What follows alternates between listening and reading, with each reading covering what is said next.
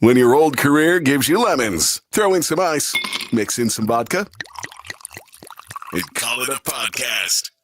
From the Mac of All Trades studio in Fairport, and driven by Victor Chrysler Dodge Jeep Ram, it's Billified, the Bill Moran Podcast.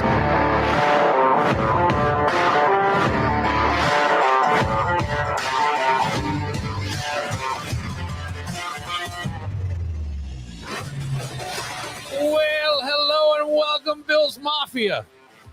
Oh, we're feeling good. The Bills are off to the best start since the early 90s at 8-2, right? Yes.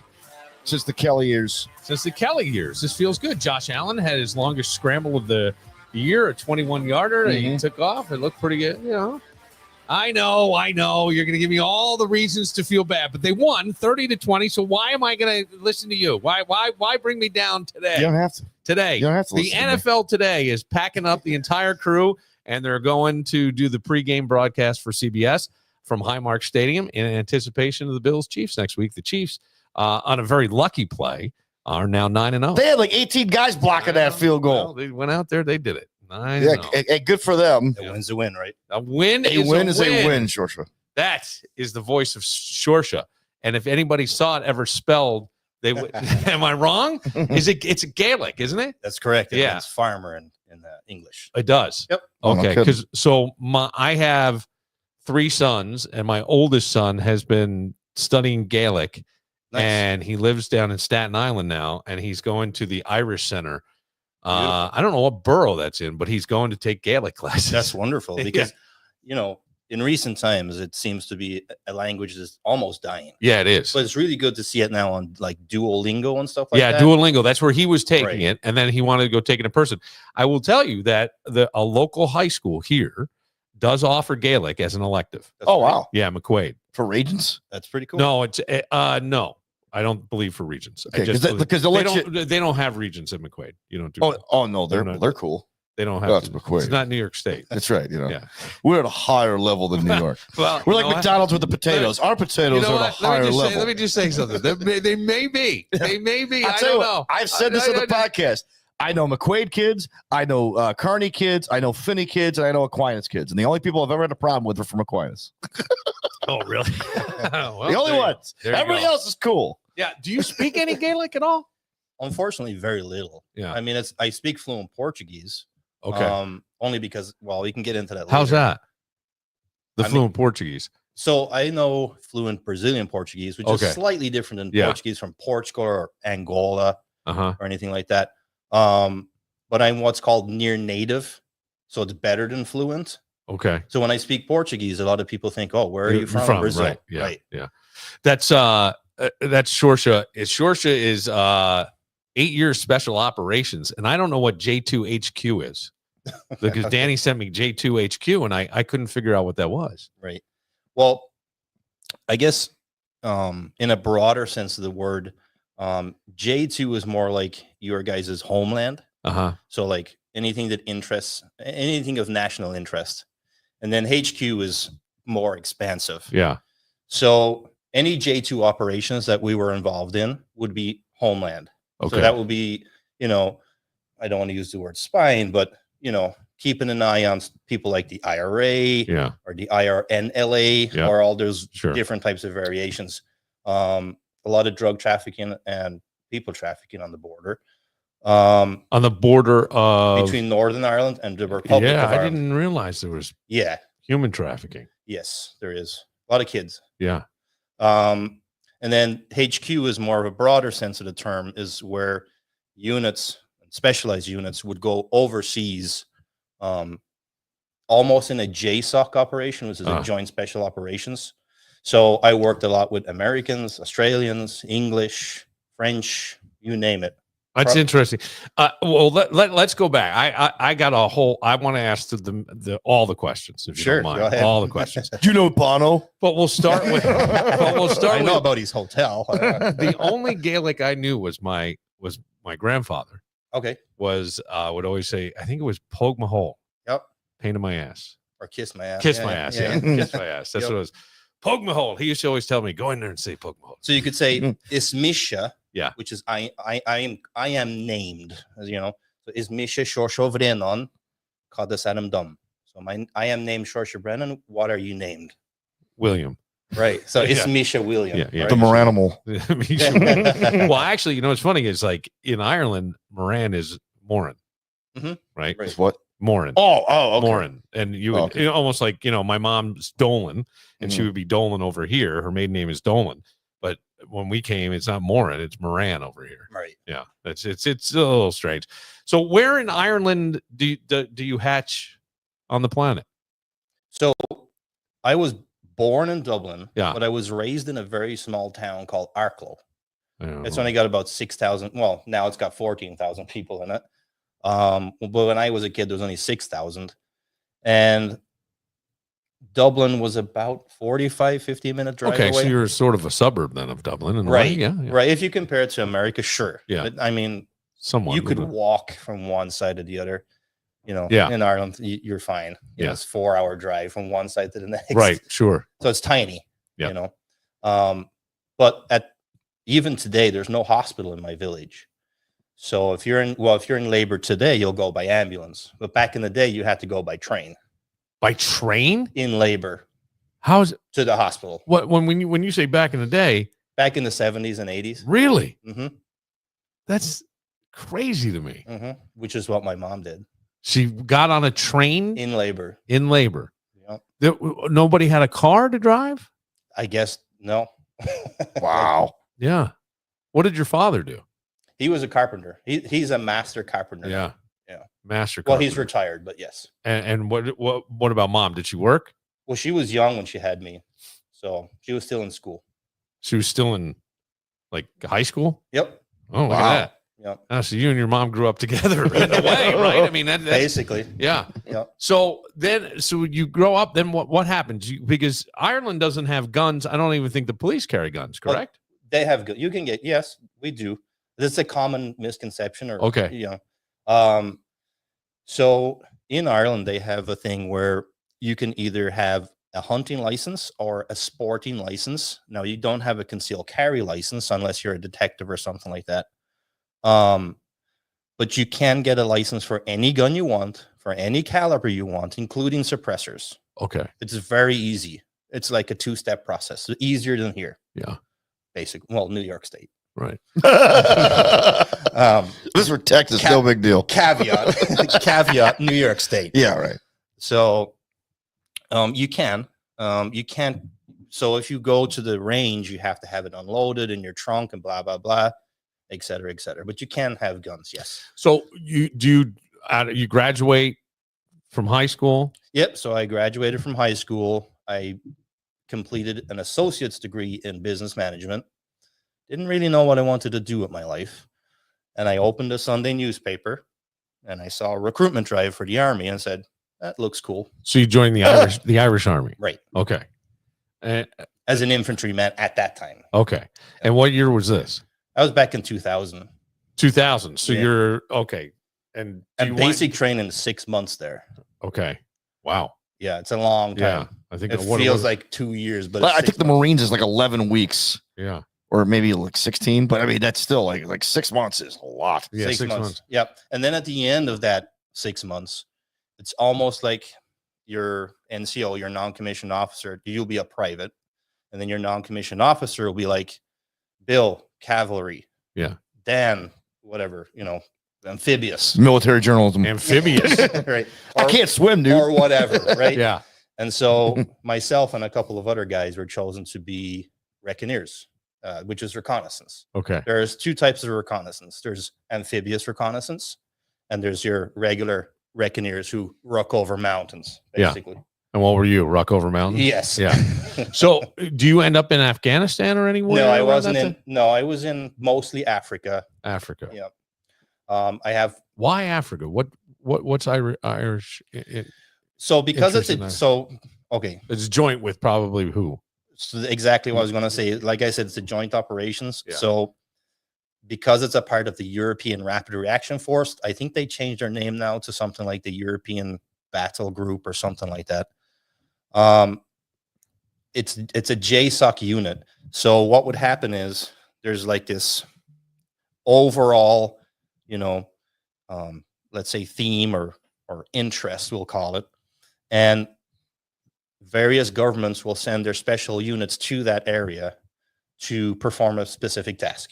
What that task is depends on the mission. Okay. So our mission was reconnaissance, which is basically information gathering. Yeah. So you're like a spy.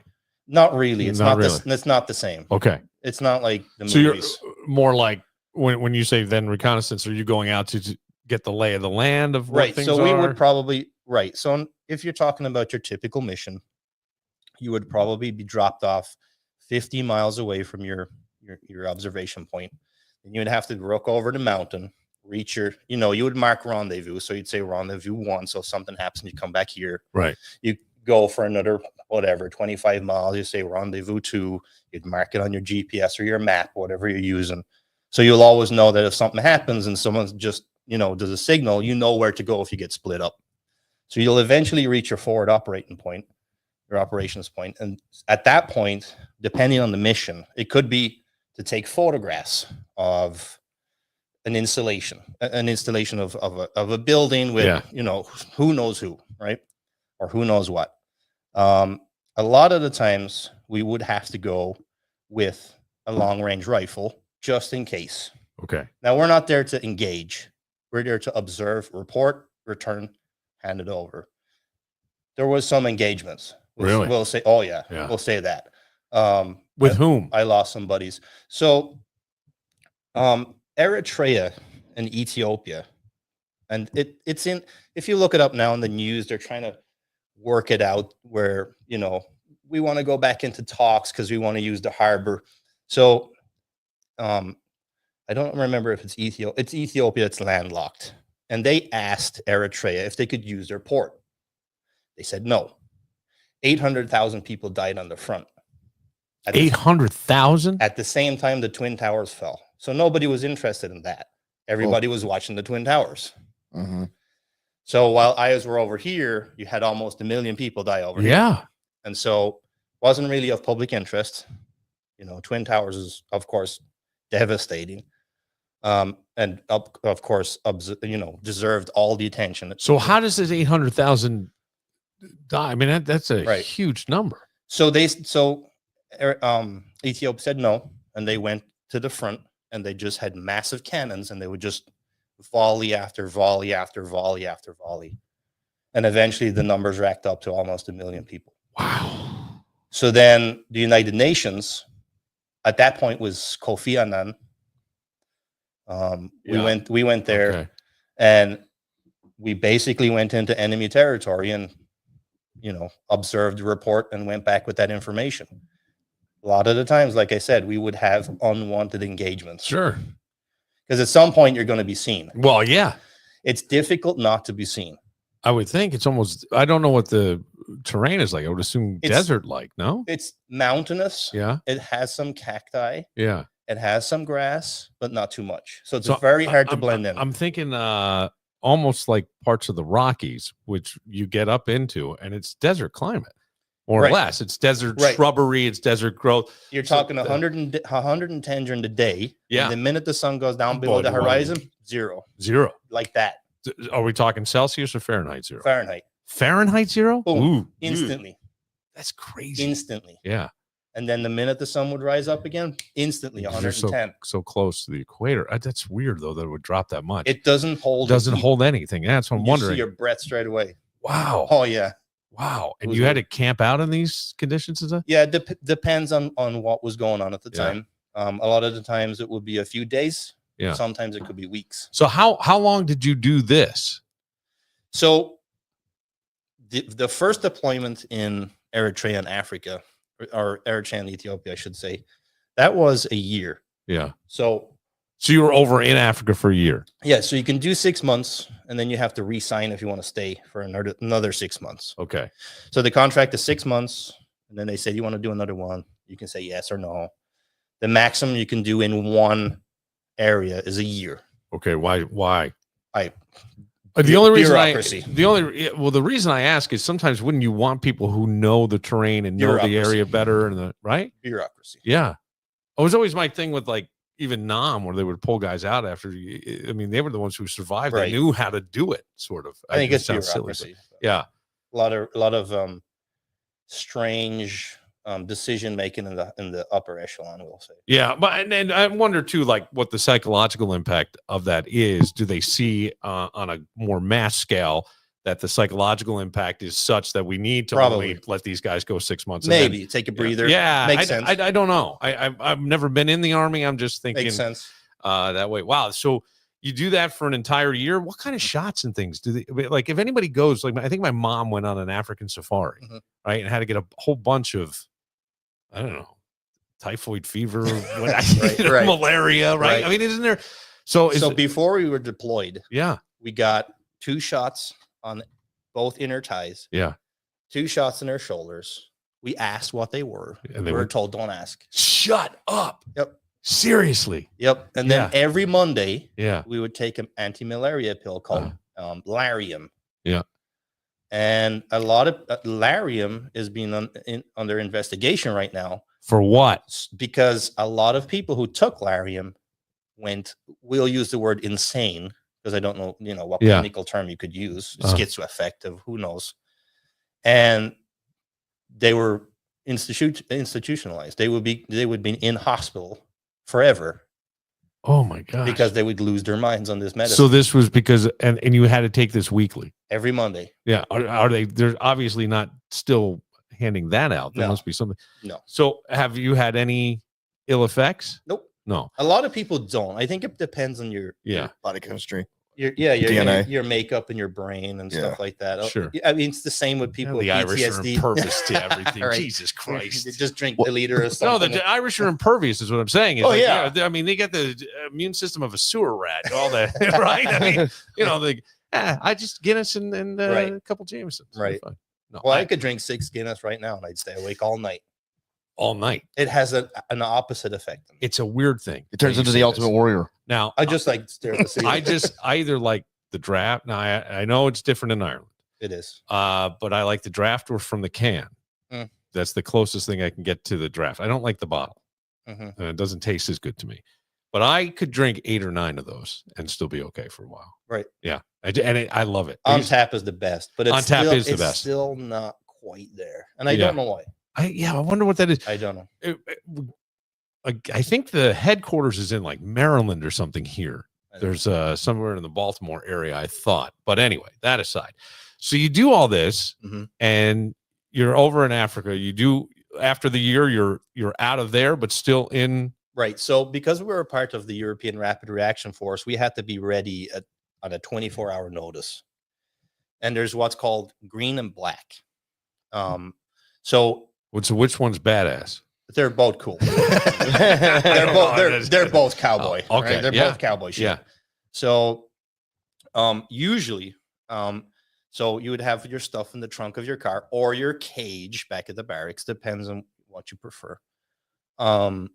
You would be told, get ready. We're doing a black mission. You have to be at headquarters in so many, minutes or hours or whatever. Now, black would be something urban, or what we used to call FIBUA, fighting in built-up areas. Okay. Not CQB, that's inside rooms. So larger than that. So you've got CQB, and you've got FIBUA. Now, fighting in built-up areas is urban combat. Yeah. That's very difficult terrain. Sure it is. Because if think about it, right now in Syria, it's FIBUA. Yeah. You're talking destroyed buildings and cracks of rounds going over your head, and you have no idea where they're coming from. Right. So it's very difficult to identify where fire is coming from. That's FIBUA. That's very difficult. Were you part of that? Yes. Okay. Very difficult terrain. Like I said, to identify where the shot's coming from. Yeah, you don't know. And take cover, not concealment, because they're different. It's hard. And so that's a black mission, what they would call it. And then the green mission would be something in the mountains or something, something where you would have to use DPM, which is disruptive pattern material. That's the fancy word for camo. So you would have to use some DPM material, depending on what type of terrain you're going to, will depend on what type of DPM you're using. That's really interesting. So I think what I'm hearing as you're talking about this, or what I'm thinking is, boy, we don't know what goes on around the world. Absolutely not. You know, Nope. I did not know about the 800,000 at the same time. Why as the would Twin you? Towers. No, Why would you? I guess you're right. I feel like now we would a little bit more because the internet is more prolific and people have it and the information gets out a little quicker. Let me ask you that. Being in America, like, is that a good thing for us or a bad thing for us? Or is it both? Meaning, like, you know, we're so sheltered and protected at the same time. Should we know these things that are going on, or are we better off not knowing? Is ignorance bliss? Well, ignorance is bliss. I think, you know, things that directly impact the United States, such as Ukraine and Russia, North Korea blowing up all their, you know, exits and entries ways between the South and North, you know, that kind of stuff, or Taiwan right now is kind of like iffy. You know, there's a lot of Russian battleships going into the Red Sea or submarines off the coast of Alaska. That's very important to know because you don't want to wake up with flash coming into your window. What's that? And you're blind. Right. Little did you know it was a nuke. Right. So I don't believe that's going to happen. I think that's a fairy tale, or like a doomsday, you know, fantasy, you know, where they're like getting off on, you know, doom porn or whatever. Right. But I do think that knowing current, let's say, geopolitical iffiness around the world that directly impacts America is very important to know. Now, that could be anything. That could be anywhere. Right. Israel and Iran right now is very important to know. Yeah.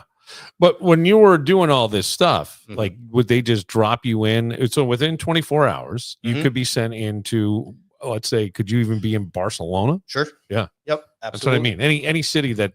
Yep. Yeah. Absolutely. And who was the primary, I'll call it the enemy. Who's the primary enemy? I would assume terrorism. Absolutely. Yeah. Yeah. So if you remember back in the day when the place in Paris that was set on fire. Yeah. Notre Dame. Notre Dame. Notre Dame was set on fire. Was obviously a terrorist attack. Yeah, it was under renovation. I saw there was a lot of wood exposed. Well, most of it's made of wood anyway, but I thought there was under renovation too, and so it made it easier to get up into the. If you look at some videos, you know, conspiracy or otherwise, if you look at them, you can see some interesting individuals walking around on top there, and that kind of stuff would be, you know, something where we would get deployed. Now, I say it's a team of 200. Okay. So they'll choose 10 or 20 from every country and create this kind of battle group to make a European army, if you want to call it that. Right. They've been talking about that for years. They want to make it bigger. Yeah. A European army, more of a joint European army. Right. Yeah. Because every country has a different, you know, capacity. Sure. Capability. Yeah. Or they're very specialized. Like the Norwegians are fantastic when it comes to snow. Yeah. I was just gonna say, right? And you can see them on skis coming down, absolutely. Which sounds funny, but you're right. That's absolutely the terrain they're used to. Absolutely, yeah. It's like going to a Bills game in the parking lot. Yeah, they get it. Yeah, they know how to attack. Stormtrooper. Right, exactly. The mustard, the ketchup, the snowballs, they got it all. So, how many years do you do in this before you leave or retire? 8 years in total. You did 8 years in total, and then you retire. Yep. Why honorably discharged? Honorably discharged. Injured. No, honorably discharged of my own accord. You're good. You're just like, yeah, I'm done. Yeah. Oh, yeah. Okay. So you do a 5-year contract, and you do 2. You can never do 5. You know. Yeah. And I'll bring this up too. Unfortunately, we do not have a VA. Yeah. So nothing. No. So they got to do something for these guys. Yeah, it's bad. Yeah. It's like you kind of feel like there should be something. Yeah. And there really isn't. And it's like, why? Why don't we have that? I mean, there are guys out there with PTSD. Right. I mean, you know, it's like we never, you know, it's funny. Damaged hearing or something, and from the military. Sure. And they deserve. We certainly talk about that in the United States. I've never really thought about other countries. I guess I just assumed it was there. But I watched the Arnold Schwarzenegger documentary, and he talked about his father being, you know, and they were defeated. It was Austria, right? Yeah, and Austria was defeated in the war, right? And how angry and drunk and these guys, and how that psychologically just affected them. Not just the war, but also the fact that they lost the war was such an emasculating thing. Mhm. And I never thought of it that way. And he talked about the drinking and the anger and all the stuff that would go on, which sounds, I guess, typical for PTSD, but still. Talk about the First World War or the second one? I believe Arnold would have been. Arnold's a boomer. Yeah, so it would but have been the second one. yeah, but like I mean, Austria was a bigger player in the First World War. That's why I asked. I don't know. Yeah. What they also wanted to be a part of Germany when they were in that. Second World. Yes. Okay. Yeah, they were fighting Okay. part of Germany. All right. All right, we'll take a moment because then I want to find out what happens next and how Brazil comes into the picture and how many years, and then lots of questions about from your perspective, America, which I think is very interesting. That's going to be fun. I think it's always interesting, but we'll get to all Also, that. can we make fun of Canada too while you're here? Okay, great. We'll get to all that right after this.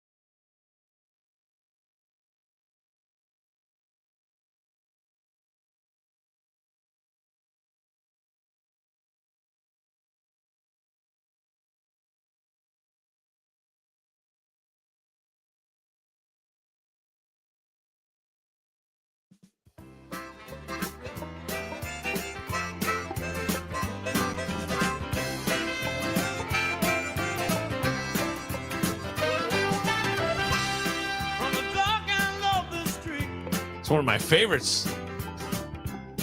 He's a grumpy Irishman. He yells at people. I don't play those fucking songs no more. There's some recording where he yelled at everybody. Who's this? This is Van Morrison. Somebody got a brown-eyed girl or something at a concert once, and he just, I don't play those fucking songs no more. He screamed at him. So Van Morrison and the Doors used to play together. Was it the Roxy or was it CBG? One of those. No, the Whiskey in LA. They used to play together like weeks at a time. Van Morrison would play before the Doors, or they'd open for him back and forth. Oh yeah, huh? Van Morrison followed by Jim Morrison. For some of you younger people out there who like Hosier, Yeah, he's from Wicklow. Okay. Oh, I forgot. Okay. Is that okay? How do you say it? Hosier? Yeah. Okay. That's not Is his that- actual name though. I think some people His name's call like him- Michael something. Yeah. Michael Byrne. Hosier. I think. Hosier. Oh, yeah. Yeah, I say Hosier. is okay. Probably Hosier. Yeah, Hosier. I'll be dipped. Okay. Yeah. That's right. I always go a little more of the old school. Although I will tell you, I think one of the most underrated rock bands, they didn't have many hits, but they were from Ireland, Thin Lizzy. Oh, Whiskey in the Jar. Whiskey in the Jar. Let's go. He's got a statue in It's Dublin. Whiskey in the Jar. Yeah, I'm sure. It was a great Jailbreak. They were a great. Yeah, boys were back in town. All that Yeah, stuff. really Didn't he die? Yes. Yeah. Yeah. OD or something. Yeah, a million years ago. There's a Yeah, he was a bassist too. And he sang. documentary somewhere on him. I'm sure there is. There's Yeah. a documentary on everybody now on YouTube. It's Uh, probably a documentary on you. Seoirse needs one because that So what was the name of that again? So I don't get it wrong. You were in the, I don't want to say the Irish Army, but you were part of the joint. European Rapid Reaction Force, Yeah, which okay. is a JSOC operation Got you. Joint. command. Yeah. Yeah. So then what I have in notes is that you went. How do you get to Brazil? Why Brazil? Well, when I left the army, Only because the weather's always shitty in Ireland, I would assume. yeah, but- 220 days a year it rains. That's about it. Oh, it's like Seattle. Jeez, it's like It's- August, you might get Yeah. some sun. I remember talking to some guys from Scotland who were like, yeah, there was in the summer, it was like really cold, rainy in the morning. We got some sun. We had our shirts off. And then by 4 o'clock, we're back, because it's just. Everybody goes around in backpacks with their rain jackets inside or a small telescopic umbrella. Yeah. Because you never know. It's like Rochester. Yep. 4 seasons in one day. And construction. Yeah. But so I was honorably discharged from the army under my own, I said that's it. Army life is no longer for me. A lot of my friends did the same thing. Side note, one went on to become French Foreign Legion commander, Kevin Brennan, no cousin, but Mhm. no brother, same surname, last name, whatever you say here. He went on to be a PJ commander, which is a paramedic jumper, with the French Foreign Legion. With the French Foreign Legion. Yep, he's Wow. a tough dude. Yeah. He had to retire because he got myocarditis from the shot, but we won't. Oh, really? yeah, The shot to go to Africa? No, the vaccine. the, like, the COVID shot, The COVID shot. gave Okay. him the Kelsey myocarditis shot. and atrial fibrillation, so he couldn't walk from here to there without being out of breath. Yeah. Now here to there is 5 meters for those who are not, watching. Right. So he had to retire unwillingly, but he Yeah. had to because he couldn't operate anymore. My other friend, Robbie Walsh, has gone on to become quite the successful director of movies in Ireland, and he's had some movies showcased in Cannes Film Festival. So Oh, he's, wow. he's doing really well for Yeah, himself. that's really great. Yeah, he's doing really nice. Sometimes he visits New York. Maybe you could have him on a podcast. I don't That know. would be wonderful. So after I left the army, the European Rapid Reaction Force, I had a lump sum of money. Okay. Now, euros can go only so far in the European Union, but in a third world country, they can go really far. That's smart. There you go. So I had this chunk of money. I did meet a girl. Okay. Thought I was in love. Wasn't. Been there. That's okay. Brazilian girl. Mm. And she said, you go to Brazil. And I'm like a gypsy. I'm like, sure, why not? Or a knacker, as they're called in Ireland. So I'm like, yeah, sure, why not? And I took my lump sum of money. I paid off all my debts, sold my BMW, and I moved to Brazil. And when I first got there, I wasn't sure what I wanted to do. I'm like, well, what can a, quote unquote gringo, which is not a derogatory term, by the way. That just means, it literally means outsider. Yeah, I was just gonna say. Like heathen in the Bible, people think it means like a sinner or a Right, devil. right. It doesn't. It means nations. It was like a Gentile, basically. All right. They've taken the term and twisted it. Sure, of course. Just like the rainbow and Noah. Right. We won't get into Right. that. So we had this lump of money, and I said, well, what can I do in this country, besides military or police, LEO stuff, law enforcement officer stuff, that would make me a significant amount of money. Well, I said, there's a lack of English as a second language schools in the countryside. Now, in Sao Paulo City, Rio de Janeiro City, all those big cities, there's abundance of places you can go study. However, in the small interior, as they're called, the interior state part of the states, there was a lack of that. So, I researched some places where there are higher income, like middle to upper class people. And I said, Jaú is the name of the city. I said, Jaú is perfect because there's no English school there. And there's a lot of affluent people there. Let's open there. We did it. It costs about $100,000 to build it, do it up, make it the way it was. And we had, I want to say, it fluctuated between 200, 250 students a year.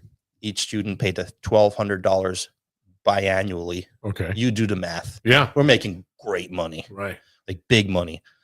And after a few years, I said, what can we do to even push further and make this school better? Well, we had a teacher who had lived in California for, I think, 7 years. And so she was familiar with the territory. I'm sorry, Florida, not California, other side. So we asked her if she could represent us by going to Florida and meeting Disney executives. So we struck a deal with Disney because our kids' books needed that extra oomph. And if you use the silhouette of Mickey Mouse's ears, you, your family, your family's family, your generations of kids are fucked because they're going to sue the shit out of you, right? Oh, Disney. Oh, yeah. Even if you did this, But Disney's very popular in Brazil. Absolutely. Because my brother was an economic forecaster for Disney. Yep. And so they'd have to see where it was coming from. And Brazil was a huge place. England was a huge place that they would come to Orlando. And you would see trips, like a big flag, and they'd be all gathered around. They were from Brazil. So that's a status symbol. Just like an iPhone in Brazil. Yeah. Having gone to Disney as a trip is also a status symbol. If you can tell your friends, I've been to Disney, you've been one notch up in the status. Gotcha.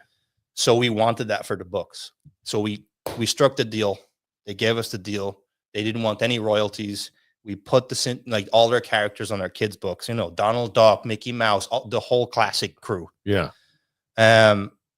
Wasn't satisfied with that. So contacted Cambridge University, struck a deal with those guys. Took a while. So that their final exam, so if they go through the whole course, which is about 5 years and change, the very final exam is a Cambridge University English exam. It's called My First Certificate. Yeah. Because we didn't want an exam certificate that was only valid in Brazil. We wanted something that they could have and use if they wanted a scholarship somewhere. Yeah. So that entitled them to have some type of international recognition. So that was also a standout thing about our school. Like nobody else had that. Yeah. How do you go about teaching English? Like, I mean, right. Well, because now you're in Ireland, primarily speaking English, maybe a little bit of Gaelic, I don't know. And then you go to Brazil where it's Portuguese, but it's a slightly different Portuguese just because of where it is. And you have to learn that language to communicate to the people in this. And then a lot of times when you're I don't know about it. My sister's a linguist. She has a doctorate in linguistics, and she went over to China and taught in Shanghai. And my dad actually was an English teacher, and he went over and taught. And I think in there too, aren't there like, I don't know, is it structures so there's of a lot of English and grammar and absolutely conjugating verbs? Oh, absolutely. Yeah. Because in Portuguese, they don't have do you like. So they never start the question with do. So trying to explain that sometimes can be difficult, especially for kids, because they use intonation. So if it's a declaration, Você gosta de água. You like water. Yeah. Você gosta de água? Yes, Do you I like water? Yeah. So there's the So, only difference is okay. the intonation, The at end. inflection, right? Right. Okay. The intonation is the only difference between a question and and Okay. an affirmation. I see. Okay. And English doesn't have that. The Bills suck. The Bills suck. yeah. You got it, Danny. There it is. Perfect. Look at you learning. Yeah. See, I'm ready for my certificate with Mickey Right. Mouse on it. Right? Your first certificate. Blue, red. But then these really difficult questions would come up where I would have to think about it because I've never been asked. You know, like what's the difference between underneath and beneath?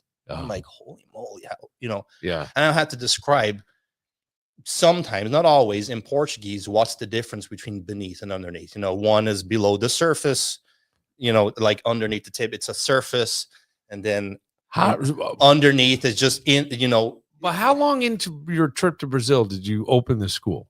Or about a year. About a year. About 7 months. And how long did it take you to learn Portuguese? Fluently 3 years. 3 years. Yeah. So you open this not fluently. Correct. Right. But we're hired. But I had teachers, I had staff, I had sales, you know. Yeah. I had receptionists, I had a whole full crew. Okay. So at the start, I only took advanced English people. Yes. Because they could speak pretty good English as it was. You know, I didn't have to go into detail about, you know, teacher, what's the meaning of get? Right. I'm like, well, that's the only word in the dictionary with 7 pages dedicated to it. Let's start. You know, right? It's like those people have already got the basis and the foundation to where they're, I won't say only, but they're looking for more conversational. Right. They're looking for more slang. Yes. Right. And so, although you do follow a protocol and the book, you know, to get them to a level to pass. Did you have to write curriculum and everything? No. So, well, that's not true. So this organization, Cultural Norte-Americano, it's North American culture, is a kind of a franchise, but not a franchise. And so they would consult me on how to structure their books and how to structure their tests. But I would also use those. Yeah, sure. So it was kind of like a mutual agreement. Yeah. Quick pro quo, as we say. Right. Yeah. Okay. All right. And so teaching English also helped me understand English better. Sure, it would. I learned myself too. Yeah. I was Strange, I right? was Because teaching myself. Yeah. Like the passive voice, the active voice. You got it. You know, you don't really learn that in Ireland. No, I don't think you really learn it here. Yeah. Right. You learn the passive and active swear words. So do you so you do that for how many years? 12 years? Yeah, just under 13 years. Just under 13 years. And you're with that woman the whole time? No, we were estranged. Estranged. Yeah. I was ready to come home on the 3rd year. I was done. You were done. Yeah. But what made you stay but for another 9? The school was doing so well. Yeah. I was like, did you like Brazil? I did and I didn't. Okay. You know, I mean, I don't know much about it. I hear different things. A lot of myth, a lot of folklore. Yeah. I mean, they say it's dangerous. In the 13 years I lived there, never once, even at nighttime, walking on the street alone, did I ever feel in danger. Ever. Oh, really? Never. Yeah. Ever. Because your wife told me that she said like everything in Brazil is designed to kill you. Is that true? Yes. Okay. Like now that's a different thing. Okay. So in the morning I would open up my bathroom and there's like 10 scorpions on the ground. Okay. Oh, so I'm like playing whack-a-mole with scorpions. Okay. But then you would have to find the mom who's asexual. She can just pop them out anytime she wants. So you have to find the mom who can, by the way, get down to like thinner than your iPhone. Really? So she could be in the crack of a door and you won't even see her. Did you ever get bit or stung? Not by a scorpion. I did get dengue fever, which is transmitted through a mosquito. Ah! There are 2 types of dengue fever. Your regular dengue fever and your hemorrhagic dengue fever, which will make you bleed from the inside out. Really? Your liver will hemorrhage and you will die. So, and is there... There's no cure. I was going to say, no is there shot, no vaccine? No, nothing. No. Just DEET. Just putting DEET on your shoulders and your arms, and that's it. Jeez. And that even doesn't really work because they'll find somewhere to bite you. Yeah. And then there's bicho barbeiro, kissing bug, I think you call it here, which has a worm. So it'll bite you on the lip in your sleep. And in that hole, it will shit in the hole. And a worm or a parasite will go to your heart. And it will eat your heart until you're dead. Oh, wow. It's called Chagas. Wow. You don't want Chagas. You're dead. Wow. And there's no cure for this. Nope. Jeez. It's bad. Yeah, it sounds terrible. But and that's all in Brazil. Yeah. Or South America in general. Yeah. The more inland you go, Yeah. the worse it is. Like the closer you get to the Amazon, Yeah. Okay. it gets progressively worse. Yeah. Now, if you're on the coast, Sao Paulo, Rio, Santos, it's not as bad. Yeah. But wow. Have you gone back to visit since you've No, I left? have not. No. I don't you? particularly have You any don't? interest. No, I could understand. So you go back to Ireland after you decide Yeah. to leave? So What was the breaking point for you? The I had bug a shitting side. in your I lip had or- several side gigs when I was there. Okay. One of them was training LEO in FIBWA because they didn't really have that training. They had close quarter combat training. They had long distance training, sniper training, whatever. They never had FIBWA training, which is fight in a built up area. Like I said before in the podcast, it's a very difficult terrain, and most of Brazil is FIBWA, and no one's ever trained them. So I did that as a side gig.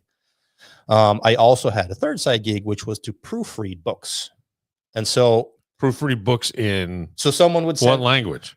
English. Okay. So someone would send me like a chapter of a book. Yeah. I would proofread it, make sure it was grammatically good or correct or whatever, make some addendums.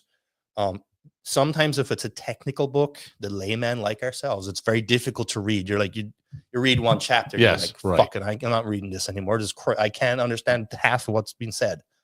So I would improve the flow, let's say. Improve the kind of like The style. I want to read more of this. This is intriguing, right? Yeah.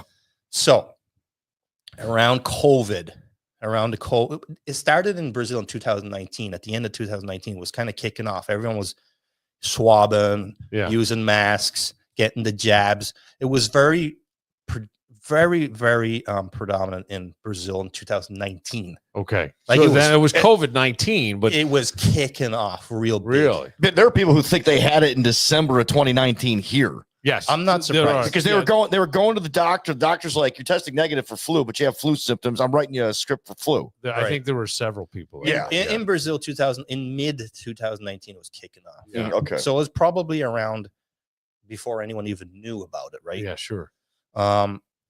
So It's a bat in a wet market, right? I'm kidding. I'm kidding. I'm A kidding. bat ate a penguin, and then a pangolin, Right. and then a cat. sure, just like the Mpox. Yeah. And then gave it to Tony Fauci and said, hey, look, spread this. Yeah. Oh, I'm sorry. Just joking. And he CC'd everybody. Yeah. So at that time, this person who is now my wife reached out to me to proofread the first chapter of her book, which is based on thermodynamics in the human body and how heat and cold affect sickness and wellness. She is the smartest person, let's say, I have ever met in my life. Brilliant. Hey, wait, hang on a second. Absolutely Hang brilliant. on.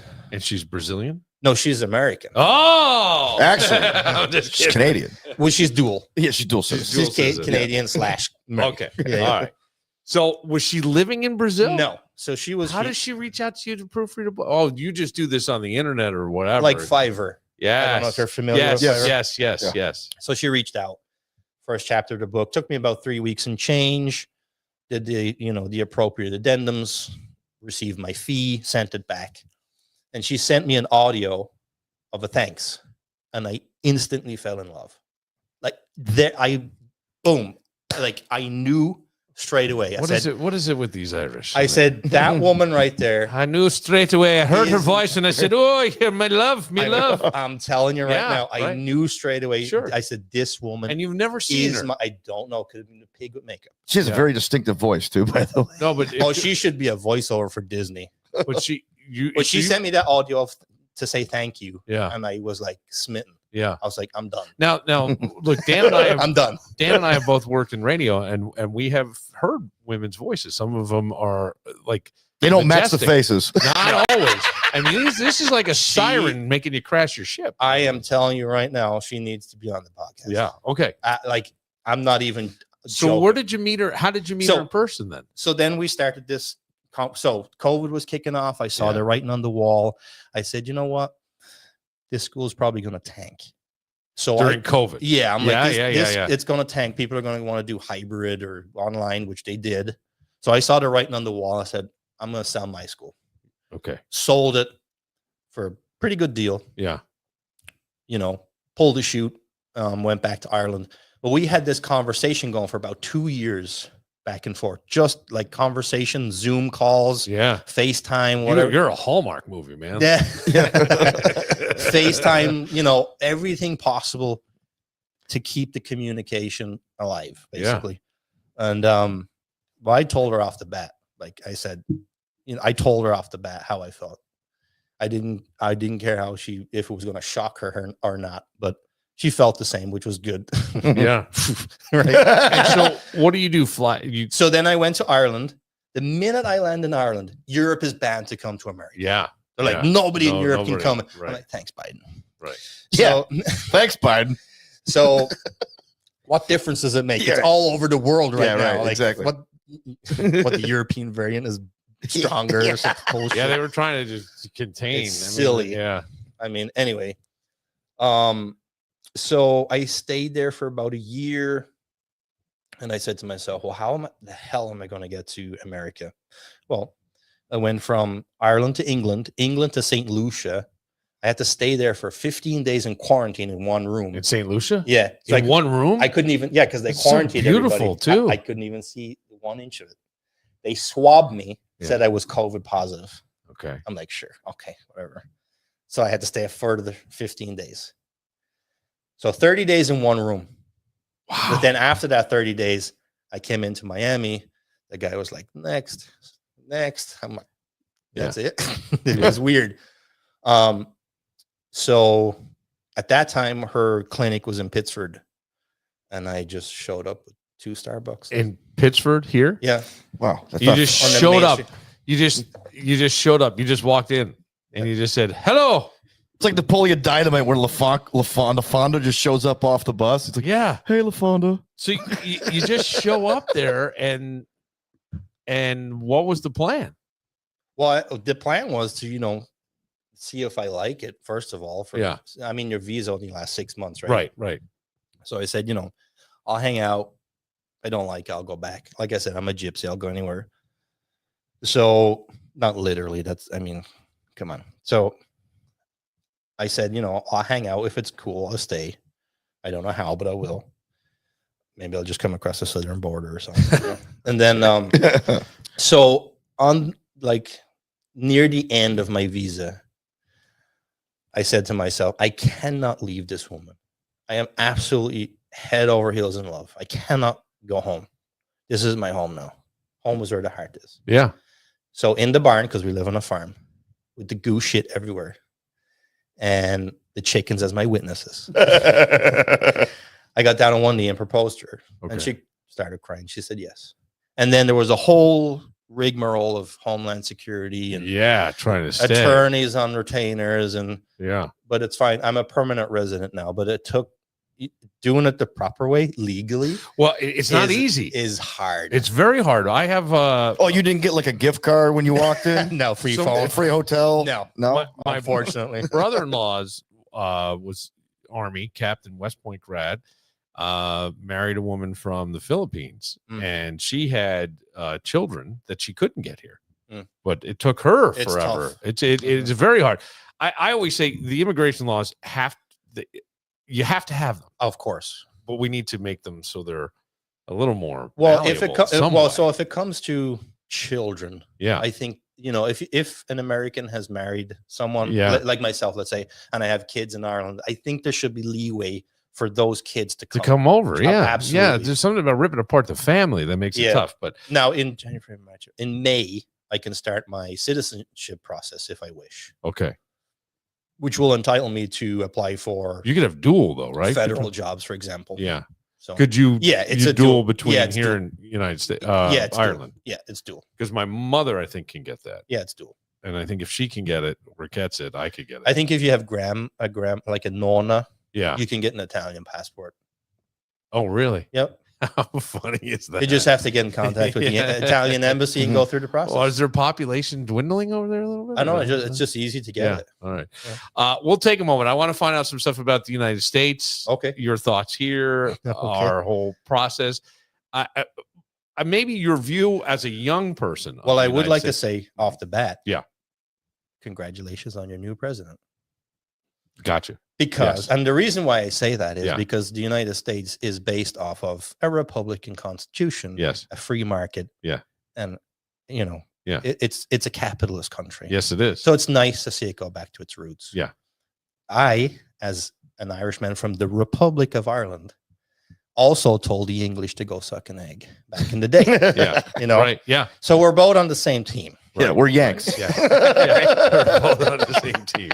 That is true. All right. We'll take a moment and a little perspective of America on the world stage. Sounds good. Very. I hope Jim interesting. Bowers is listening to this. We get to all that right after this.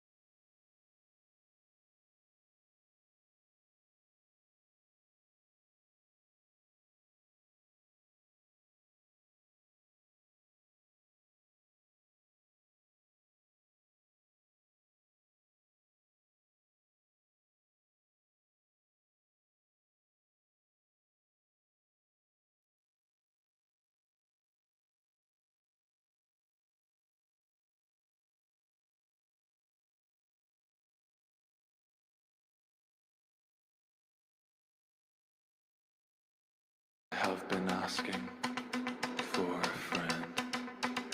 There is no The limit, MCT is good. Oh, okay. there is no end. I rest my Do you know this band? on his shoulder.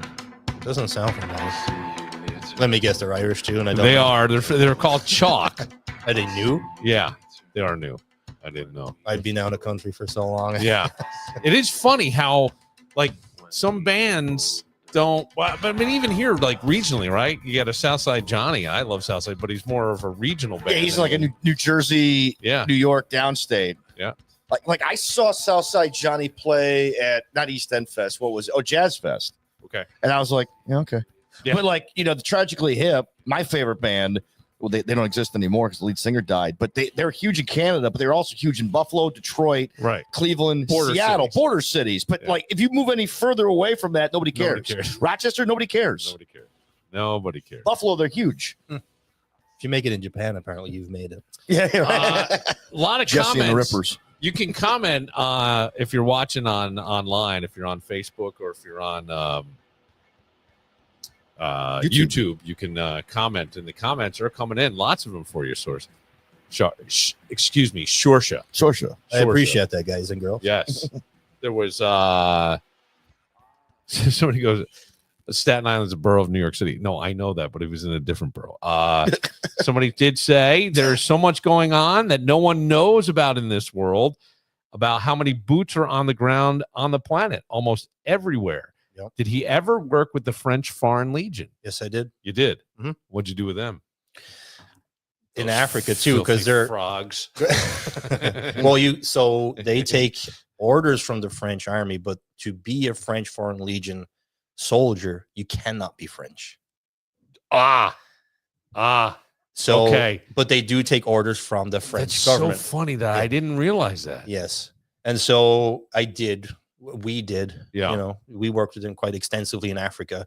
They would, especially in Eritrea, they built some outposts that we took over from. Hmm. Somebody did say it's funny. Irish still don't like the English. Sounds like he's from the South.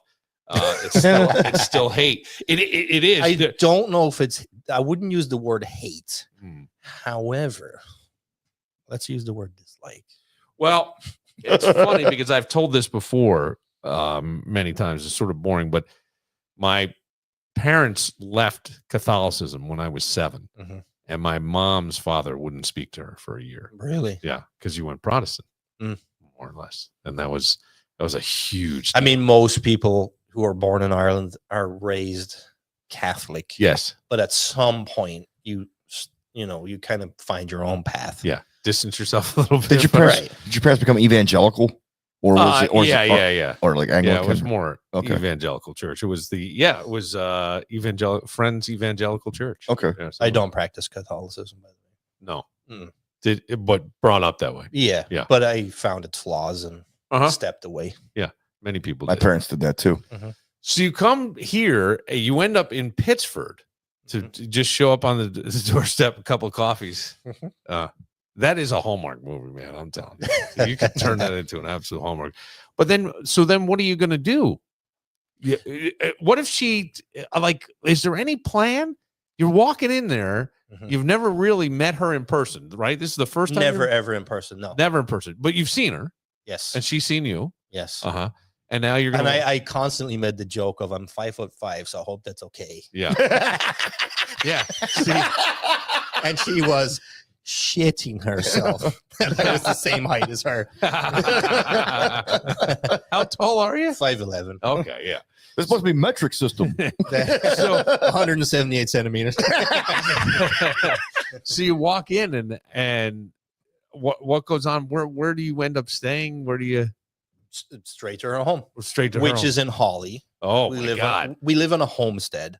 Wait, I like to call it a farm. It's not like a multi-million isn't dollar. Holly out by Brockport? Yes. It's Orleans County. Yeah, Yeah, past Brockport. Oh, okay. Like 12 minutes, almost Clarendon. yeah. And so met the parents off the bat, Yeah. love them, they love me. Great, like a absolutely fantastic dynamic. And How many years were you talking to her? 2 years, So you felt Just- like you knew her then? absolutely. Yeah, everything. It's the whole thing. interesting where you kind of have this time where no one's interfering in the relationship. So it's almost like old-fashioned courting. Yeah. Where you're like just talking to the girl for years before you do anything. Yeah. Right. Napoleon, don't be jealous that I've been online chatting with babes all day. I bet you can throw this ball over the mountain. LaFonda is the Watch best this. thing that's ever happened to me. Watch this. It's the guy in the bike. Yeah. But that yeah, is. I mean, we live on a homestead. Okay. We have chickens and vegetables and organic. This is exactly what you picture. Or- They grow their own eggs. Yeah. Grow their own I'm eggs. being funny. I'm being facetious. But yeah, they you know. Beautiful. I Yeah. mean, we love it there. Yeah. So, And and this is, well, you grew up in a small town in Ireland. right. Yeah. Countryside is nothing new to me. I mean, the Right. whole, if you're outside of Dublin, It's countryside. everything's countryside. Yeah. Like you're driving up narrow streets with sheep traffic jams and stuff. Yeah.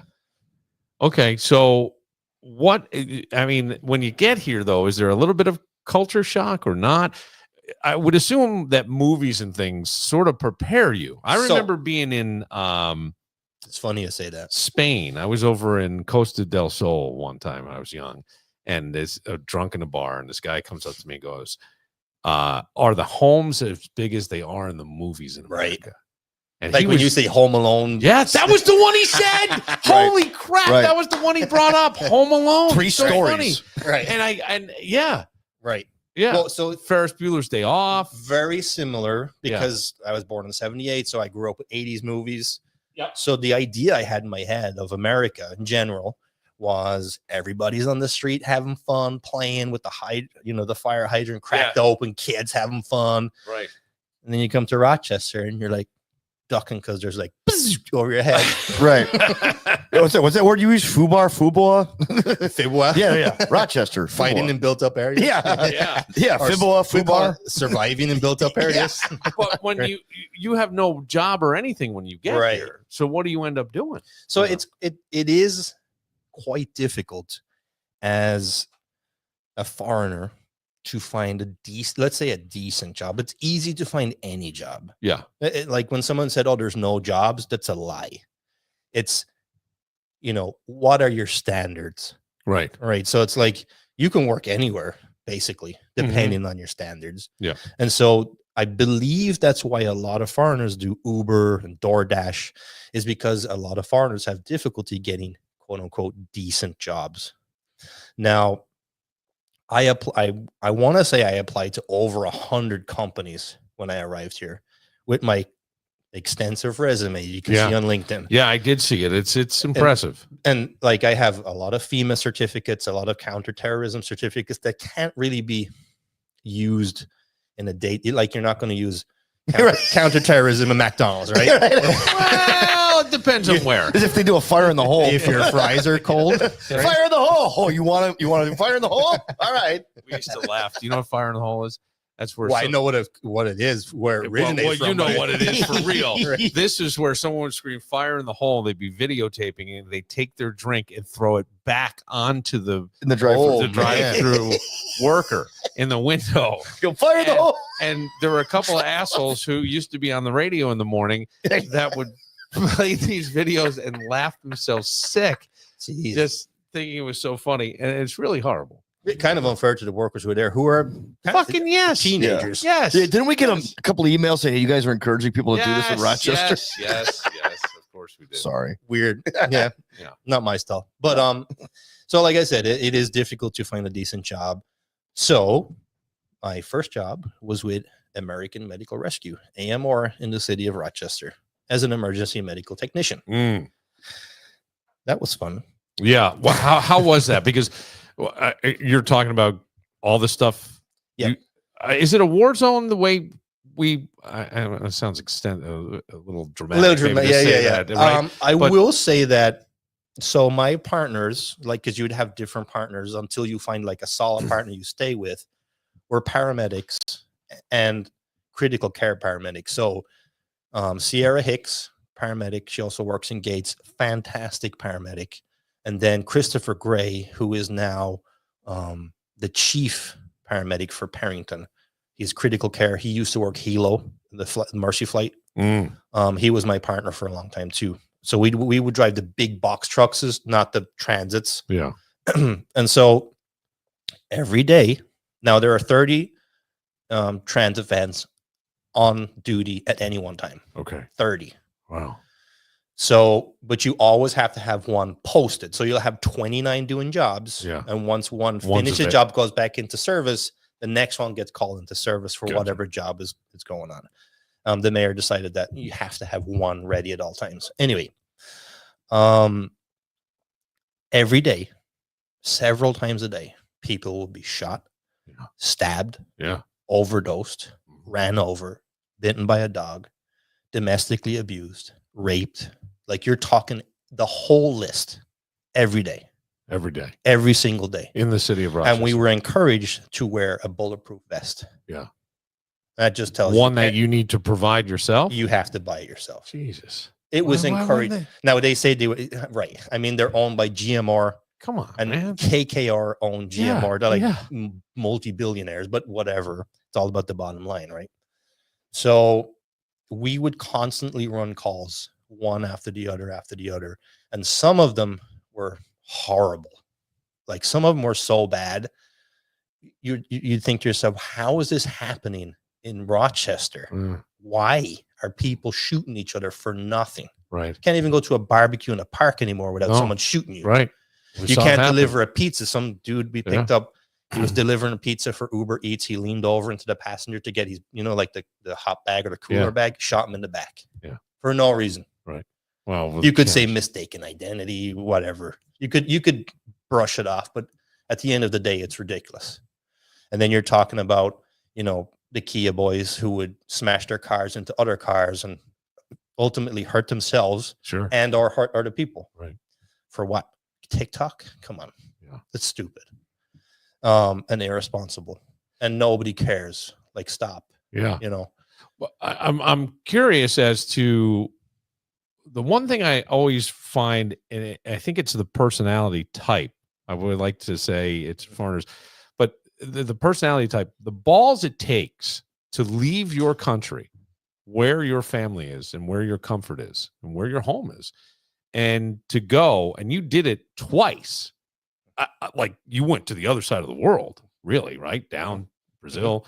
I mean, it's pretty far away. Africa, Brazil. Yeah. A lot of parts in Europe. Africa was, but for the right with a timestamp. This will end at whatever. Right. Brazil didn't have that. That was your own. Right. And then to come here, and I always think that the confidence it takes to do that, the self-assuredness, and the difficulties it is in terms of, I would think, probably harder in my just brief moments of knowing you would be Brazil, only in that than the United States. And I'm only saying that, one, for the language barrier until you get it, and then all that other shit that could possibly happen, bugs shitting in, digging a hole and shitting in your thing, and then getting to your heart. You know what I'm saying? Yes, the language barrier is only a barrier for whatever length of time it takes you to learn that language, and then it's not a barrier anymore, and then you're free. Yeah. Here, the barrier is a lot of, like I said before, decent jobs require you to be a U.S. citizen. At least the jobs I want to do. Yeah, let's say. Now, I am going through currently state background check for a state job. Okay. We'll just leave it at that. Yeah. Good. And so that takes 8 weeks in itself. I've already had 2 interviews. I've done 1 test, and now I'm waiting for the background check, which takes 8+ weeks is what I was told. Yeah. Now, when onboarding starts, probably January. Yeah. I mean, it's but that'll be much better, safer. It's in a civilian position with the state. We'll say that. Yeah. And so, to go back to your previous comment about Rochester, and especially as a first responder, if you remember a while back, the firemen who were shot at the door. Someone called 911 and shot them through the door. I mean, the protocol for anybody in first responder now is to knock the door to the side and verbally announce yourself as loud as possible. What you don't say EMS, because not everybody knows what EMS is. Right. So we were told to say ambulance. Yep. Everyone knows what an ambulance is. Or you can't say EMT, paramedic, because unfortunately, people don't know what that is. So you grew up in Ireland, where there isn't this, I don't know if we can even call it a gun culture, but they're not as violent. Yeah. Correct. Did you know many people who even own them? Yeah, we all have guns back You in did? Ireland. Yeah, Okay. we hunt, we shoot, you Yeah. know, sports, clay, pigeon, or But there wasn't skeet, the- I think you call it here. Ski, yeah. And then we would have like a 308 with a silencer, but we'd be shooting a target out at 600-700 yards just for fun. But none of this stuff. So you No, come here. if someone is shot in Ireland, Yeah. anywhere in Ireland, it's national news for months. Like there's outrage. Yeah. Usually the people who are shooting one another are like Russian and Polish gangs or some type of gang activity, Gotcha. IRA, something like that. Yeah. You don't find a gang member randomly shooting a civilian No. for no reason other Right. than I need this on TikTok or a gang there's- initiation or There's something no like that. robbery. There are Yeah, robberies. no, but I mean with a gun. Very rare. Yeah. Very, very rare. Yeah. Like if you hear about it, it's national news.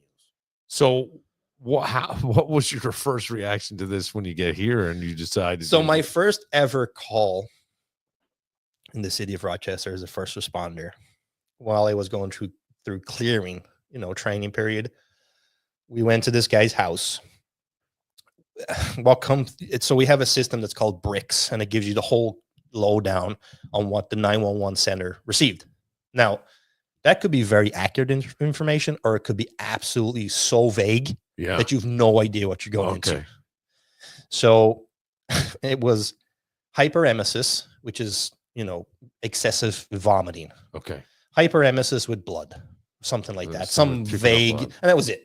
And we were like, okay, maybe he's just like, ingested something that he shouldn't have ingested, or who knows what. Let's go have a look. So it's in an apartment. We're banging on the apartment. He opens the door. And when I say to you, I have never, ever in my life seen so much blood in a room. I am not kidding. And you were Special ops, Imagine this combat. room right here. Yeah. Like the walls, the ground, his bed soaked, everything. I'm like, this is a horror movie.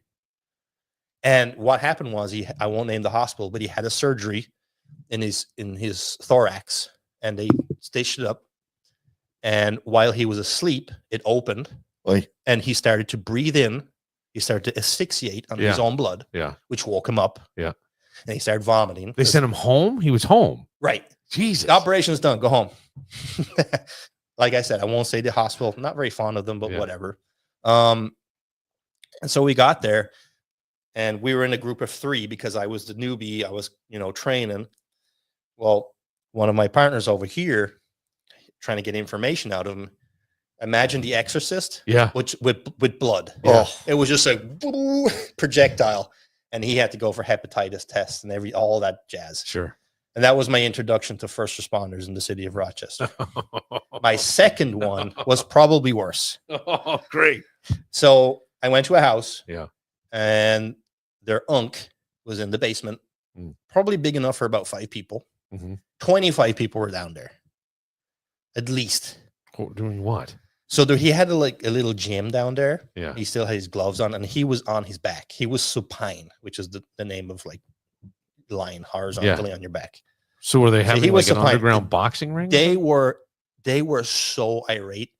So they were saying to us, if you don't get my unk back, we're gonna fucking kill you. And they meant it. They really meant they were gonna kill us if we didn't get him back. So, we put the pads on, we give him an IO, which is an interossary in the bone and the shin, started pumping all the drugs into this guy, start giving CPR and the shocks. And we thankfully got ROSC, which is his heartbeat, back. Yeah. But once they saw the ROSC, they're like, oh, he's back. And in our head, we're like, I don't know. Yeah. mhm. how back is back? He Right. might be on a vent for the rest of his life. Yeah. Or we're like, yeah, okay, let's get him go. We got out. We got Unk back. Right. We're out. Let's get out of here. Let's Right. go.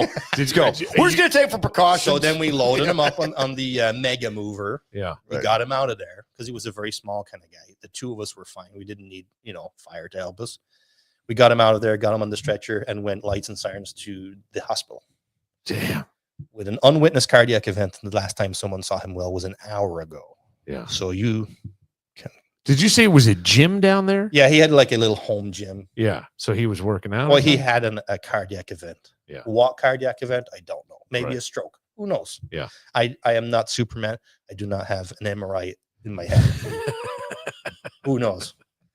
So what when you look at the world, and then I don't know what the impression of America is on a young Seoirse growing up, and when are you cognizant of anything? Like 5 years old? So what year is that? Like 1983? In the 80s, like the 80s movies and stuff like that. Yeah. Yeah, I mean the Thriller album comes out, and Right. that kind Rambo. of thing.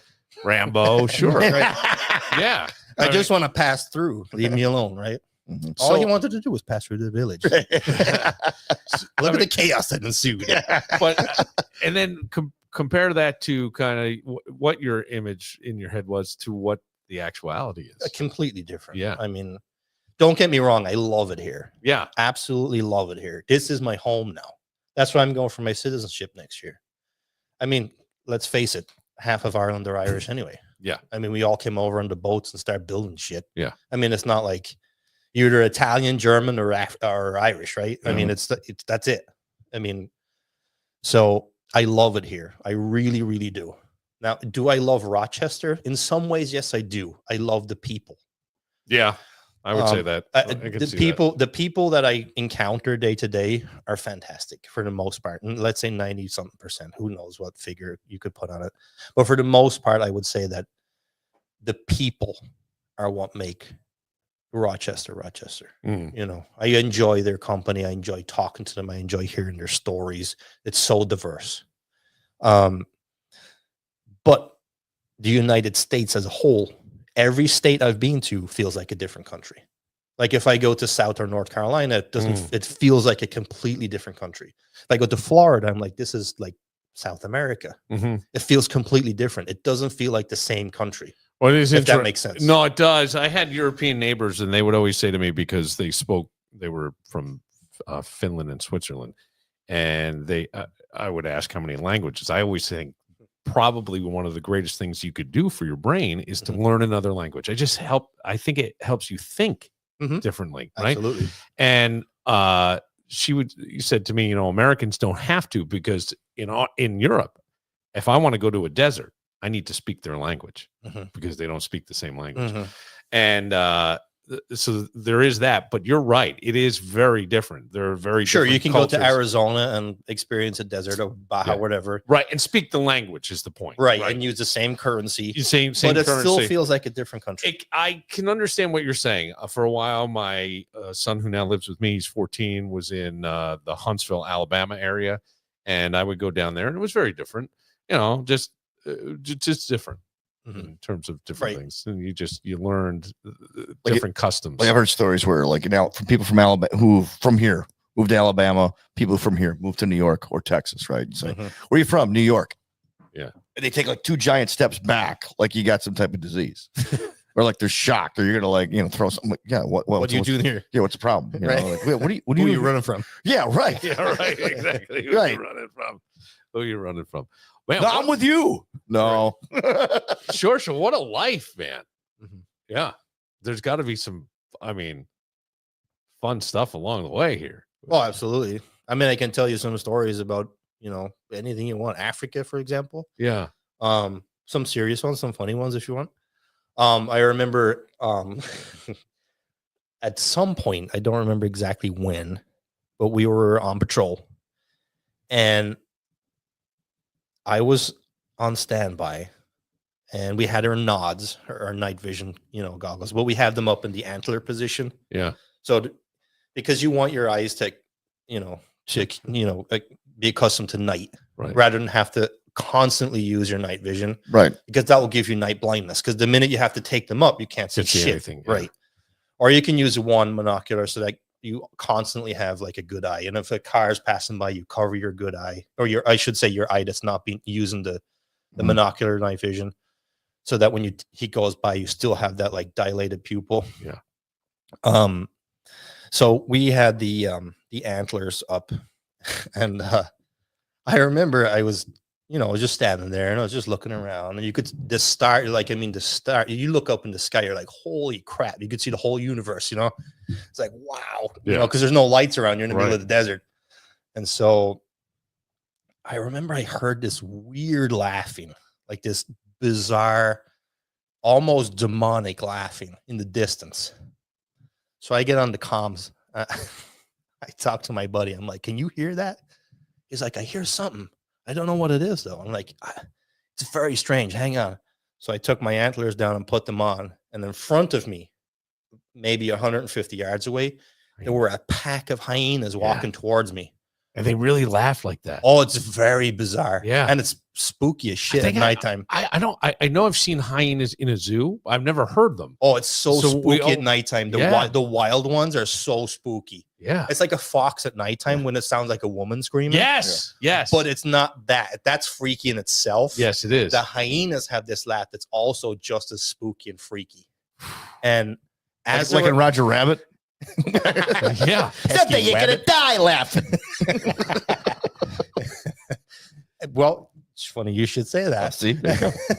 So they start coming towards us, and I'm like, listen, I can't let these guys get any closer because I don't know what's going to happen. Right.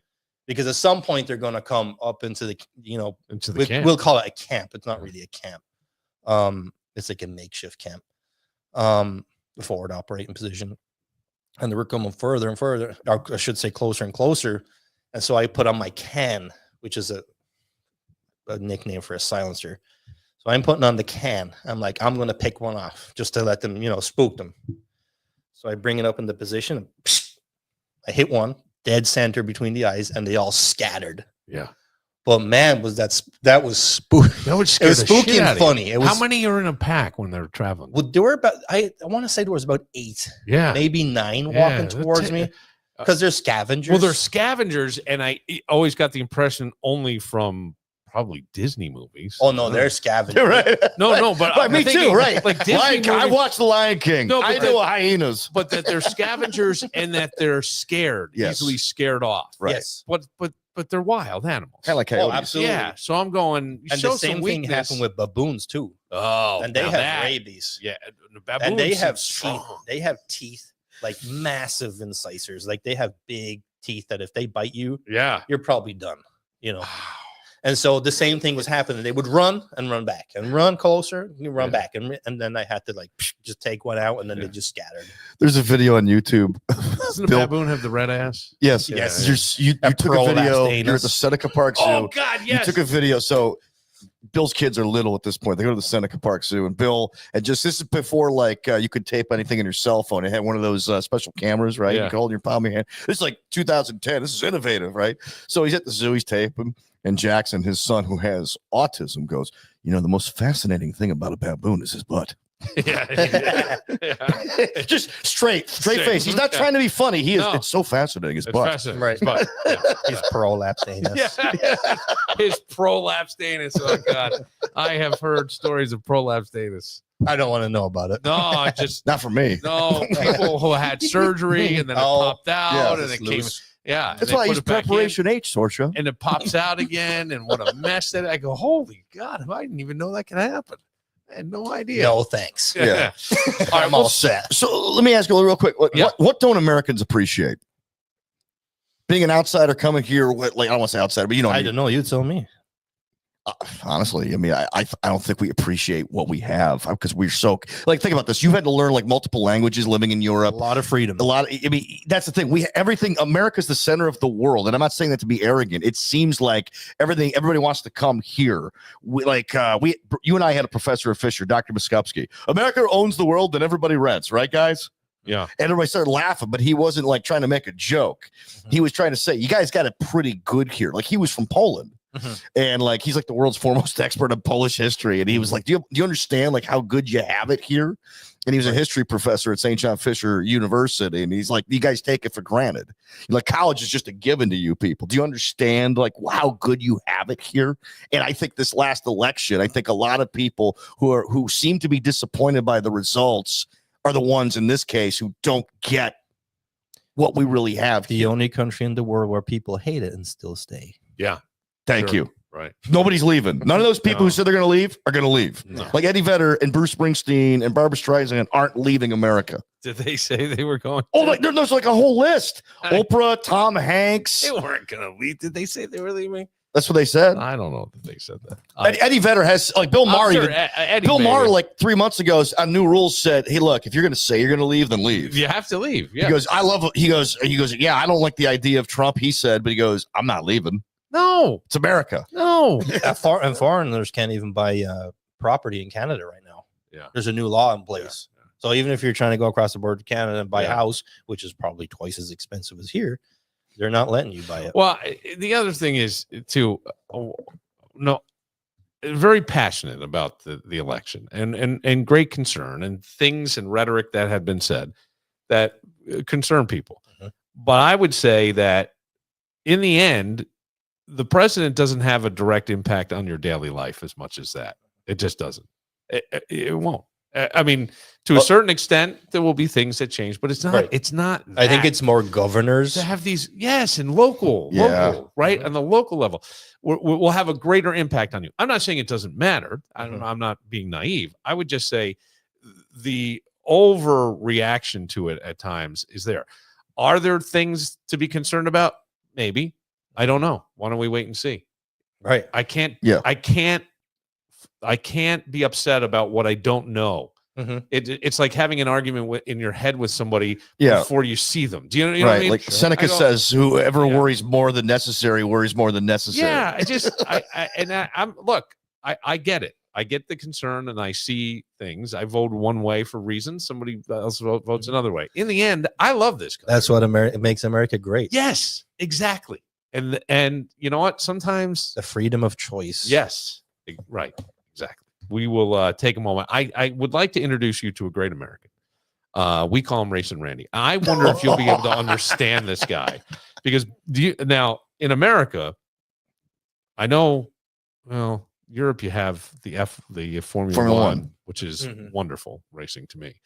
But NASCAR is interesting, and it started out as bootleg runners in the United States. That's how they were doing it. And one of the originals has passed away, Bobby Allison. Okay. Bobby Allison was a young guy who wanted to be a racer, and he wound up going to Alabama and winning a lot of money. And he was told by his parents if he was going to live in their house, he was not allowed to race. So he would put a different name in when he would go to race. And then he ended up in the paper, and he was looking at it, and word got back to his parents, and his father said, if you're going to do it, be proud of your name. And so he used his name, Bobby Allison. But originally his mother told him, I didn't know that. Yeah, I couldn't live in the house. Yeah, but then like when he started producing, I guess You got it. excellence. You They were like, got it. you know Right, what? right. That's the Right. thing, right? Once you start winning, everybody loves a winner. Right. So we'll talk to him and a little bit more with Seoirse. We'll get to all that right after this.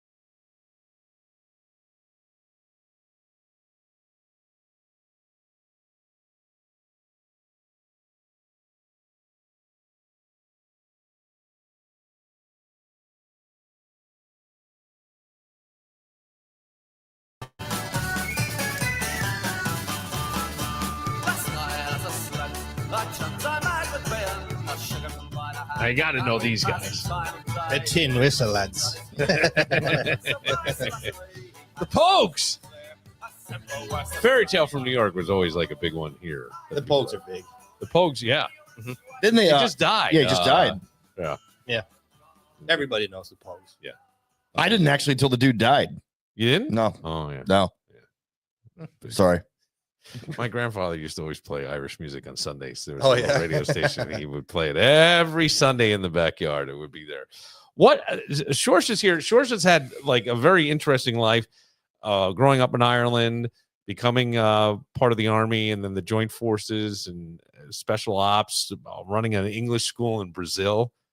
Man, who has that on there? Like, It's quite eclectic. yeah, it is, but I think it's awesome. Like, yeah, you know what I think? I think our problem as I get older is I'm seeing that we put ourselves, at least, and I don't know if this is a human thing Pigeonhole. or an American thing. I am a blank, Mhm. and We therefore, pigeonhole ourselves. yeah, and it's funny because we do it with artists, we do it with others, and I go, a true artist Mhm. was, Mhm. Picasso was a sculptor. Right. But he painted Mhm. because you wanted him to paint. So he painted, but he was a sculptor, Right. which again, we could say is in the same vein of art, right? We could call it art, but it's not the same. No. And, he could be Two all absolutely different skills. right. Exactly. Well, when I say the same vein, if I go to a museum, I'm going to see a painting and a sculpt, right? right. So we would put it in the same thing. But to your point, yes, it's two different. And that's where I think many times we just box things up. And so therefore I'm this and that. And I think, boy, you miss out. And the Renaissance man, Mhm. to me, was the greatest there was. Like your father being a skilled carpenter, right? Probably could do many, many, many other. Can you work with tools and things? I did shop in school, Yeah. but I can't build a table in 20 Okay. seconds like he can. Yeah, Now, being a master carpenter, he can do all that fine detail. right, I mean, I'm sure I could knock up a table, right. but not as fancy as he could. No, I know. That's what I'm saying. Like, it's just, but he could also probably write or sing or play a guitar. Sure. And Right. like all these things that we pigeonhole somebody. And that's where I love the idea that you were in the army and then you're teaching English in South Right. America. Right. Did your family ever come visit? Not to Brazil. No. No. They've been here, Yeah. but not to Brazil. They were always afraid of Brazil. I constantly told them it's fine. Just come. And they didn't. No, I can understand a little bit. I mean, before I was deployed to Africa, my mom took a picture of me because she was afraid I was going to be decapitated. in I was like, thanks for the confidence, Mom. yeah. Well, in Africa. Because ISIS was a thing. And Sure. Well, they Or were probably going in. Daesh. Did ISIS have a stronghold at all, or any Well, foothold in Ethiopia? not that I'm aware of. Okay. Their true name is Daesh, but that's a whole different ball game. The But hash not, mode. not that I'm aware of. The Wagner group are very prominent in Africa back in the early 2000s, which we've only heard about nowadays in Ukraine Okay. and Russia. They're mercenaries, Russian mercenaries. Racing Randy just said to me, it's not a good time. I talked to him earlier. I'm sorry to interrupt this, but I have lots of other questions I want to ask you. But Sure. I just have to tell you, Danny, Racing Randy goes, buddy, I'm watching the championship race, 23 laps to go. Now is not a good time. Championship race, 23 laps. Yeah, I can't This is their remember. Super Bowl. This is their Super yeah? Bowl. Yeah. Oh, yeah. Well, they have two of them. The first race is Daytona. That's like this. They start with the Super Bowl and they end with the Super Bowl, the championship. The I always think coming to this country, like Danny had asked you, what are we not grateful for, or what are we not see? What But don't we appreciate? what don't we? The freedoms, I would say, Yeah. that you Mhm. have here. But what is it that how does the rest of the world see us versus like what is the thinking over there? Let's say you're in that joint task force. What I would American say soldiers? I would seeing say in general, Yeah. most foreigners would regard Americans as being cocky. Mm. Now, I don't see that. I see it as confidence. There's a difference between cockiness and Well, confidence, there right? is, yeah. But a lot of people feel like, or believe, I should say, that Americans in general, of course, you can't paint everybody with the same brush. It's not like everybody in China knows Kung Fu, right? Right. It's like They don't? I was gonna say, huh? Or everybody in South Korea knows taekwondo or whatever. Yeah, Right? yeah. It's like you can't say that everybody in America is cocky. That's just silly. But it is, and it does seem to be the general consensus to people outside of America. And I feel like, of course, it's incorrect, but I also feel like there's a lot of, and social media, it's used in many different ways to sway public opinion and to sway the general consensus in young people's minds mostly. Mm-hmm. And there's a lot of, there's influencers, micro influencers, macro influencers, whatever, silly. But we need less influencers and more leaders. But we have this thing on social media where they would ask a relatively, we'll say, room temperature IQ person a question like, name 3 cities in Europe, and they can't. So, and they would ask several Americans that question, and all of them would, they'd say something like Atlanta. Well, the idea of an ugly American is right. It's sort of what that is. Completely uneducated. Yeah, or uneducated about the rest of the world. To use the word correctly, ignorant. Yeah. Right. So it's like, but like I said, social media is used in that manner to give the impression that Americans are dumb, and it's not true. No, I would say that in a general sense, right. Sure. But I've noticed that a lot on social media. For the record, I hate social media. Yeah, I'm not a huge fan. I only really use it to promote the podcast, which is understandable. But like, right? But just scrolling, scroll, like, shoot me. Yeah. Mindless, waste of time. Absolutely, you become a slave to the thing. My 14-year-old son's phone broke, and he was the worst thing in the world. Well, yeah, it's like he's lost right now, and you kind of do need him to have a phone, so I know what's going on and when to pick him up and all that stuff. To track his whereabouts. Yes, but this is like, I mean, right now I think it's pretty tough. Oh, we've absolutely tunnel visioned our kids. Yeah, I think for him it's honestly a tough thing, and he gets a lot of. I guess there's some stuff on there that's I'm sure, like anything, if you look for something educational, you will find it. What about humanity as a whole? And I say that's a deep question. Well, it is a deep question, but I'll ask you that because you were in Ireland, you grow up there, then you're joint task force. You've seen things that Dan and I will never see. You've experienced things that we've never experienced, and yet you've been to different continents, not just. I mean, you've been on different continents. And what is it about humanity? I truly believe that everybody, everywhere in the world, are the same. I really believe that. And I've been in contact with a lot of different people from a lot of different cultures, and we all just want to be happy. We all want to love and be loved. Yeah. We don't want to fight. Right. Nobody wants to fight. Yeah. I fought for a long time in the special operations group. Did I want to sometimes? Sure. Sometimes it was a kick, Yeah. But at certain times, like I said to you before, the person on the other side of that reticle is a dad. Yep. Is a brother, is a son, is a husband. And he's in the same position I am. And not only that though, like to foreshadow that, or to go off on a different way. I think everybody's the same. I really do think everybody's the same. I've never met anybody, regardless of rank, how much money they have in the bank, how much influence they have or don't have. Everybody's the same. Right. Every single person I've encountered is the same. Yeah, and we all want the same basic things. I was thinking that, the idea of many people say we're all one. We're all one. Right. And I go, boy, I have a couple beliefs. Words don't teach. Experience does, right? So this idea that we're all one, easy to say. But I believe that because at our core, I think we all want the basic same things. Absolutely. To be loved, to be heard. I always think people just want to be heard more than anything. I think that's a great example of the election. I think you had many people who feel like they don't count. And here's somebody who's going to count for me. And and stick up for me and show no matter what. And I don't have to align with everything, whatever, but there are these things.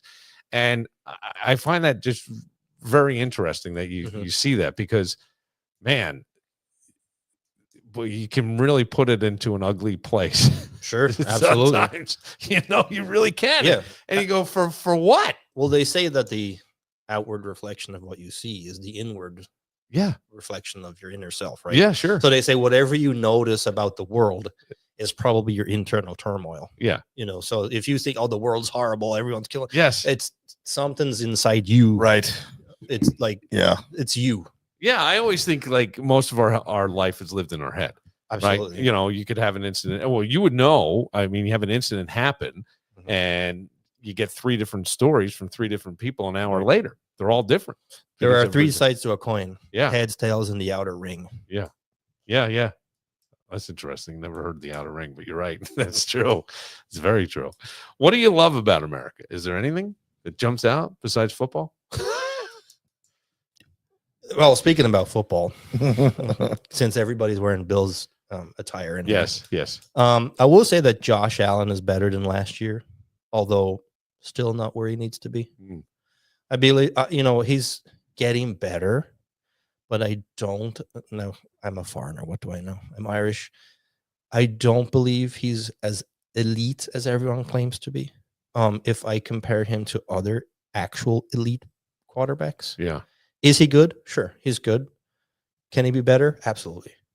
And I don't think he's where he needs to be right now. He needs to still improve, but he is better than last year. Yeah. Am I a Bills fan? No. What was it? Oh, really? I'm gonna say no. I like good games. I like good players. Mhm. I don't really align myself with quote unquote good teams. Yeah. I really like, good quarterbacks and good receivers. And I love every game I watch. It's not like I'm fanatical about one team, right? My wife loves the Bengals. Joe Burrow is amazing. Yeah. She loves Joe Burrow. Oh, yeah. Loves Joe Burrow. Burrow's got ice Right. in his veins, man. Right. That dude is. But he is a good quarterback. But your quarterback is only as good as your receiver, and so it's a combo, right? When was the first time you saw American football? I want to say I was a kid in Ireland. okay. Now, speaking of which, There's going to be games in Ireland. I think, next do year. not- They think they think they're going to add. They're going to be 8 games in Europe, and they think the 8th game is going to be in Ireland. Yeah. College football has actually grown tremendously in Ireland for some reason. They play a game there every year I now. really don't think it's going to take traction as much as The NFL the thinks. federation thinks it is. I don't think it's going to take as much traction as they may hope or want. Is it going to take traction? Sure, it's cool. It's different. Yeah. It's like rugby, but cool jerseys and cool helmets and stuff. Yeah. It's like cooler, Mhm. Like rugby, sometimes when you watch it, it's kind of boring. Well, I can't It's always figure out what's happening. Scrimmage and scrimmage I after can't. scrimmage. Yeah. You're like, I'd rather watch football right now. Mhm. Yeah. The You know? forward pass is the greatest invention in pro sports history, bar none. It changed everything because football really is rugby. Yeah. If you eliminate the forward pass, Yep. the forward like the reason why they wear pads in football is because President Roosevelt, Teddy, the first one, was going to throw the sport out the window because guys were dying playing football unless they made it safer. So they added helmets and pads. And someone came up with the idea, I forgot who. Hey, what if we threw the ball forward instead? Oh wow, that's a great idea. Changed funny? everything. That Right. is so funny. I didn't know that. So, like I said, I don't align myself with any particular team, although I do, because I'm in the same room, have to watch Bengals, Gotcha. Right. and I enjoy watching them, and we watched the Bills too. Yeah. They had a great game Mhm. today. Yeah. A win's a win. When is It was win? ugly. I mean, but Yeah, it was I mean- clunky. I've noticed that the Bills, generally speaking, in the first and the second quarter, are kind of mid, Yeah, as the they kids are. say nowadays. Yeah, And then in the third and the fourth, they step it up. they Yep. do. Yep. They seem to adjust at halftime. I don't know Right. what It's that like they is. had get this second wind, and they're like, Yeah. okay, now we're smashing heads. Yeah. Yes. You know. Yeah. That's interesting. Yeah. What do we get right, do you think, in America? I know that's a really broad question and maybe a difficult one and maybe even a dumb one. But what do we get right? Is there something on the, is the freedoms right? Is the freedom of the press right? I would assume it's pretty similar you to said Ireland freedoms, but there are a lot of freedoms that are being taken.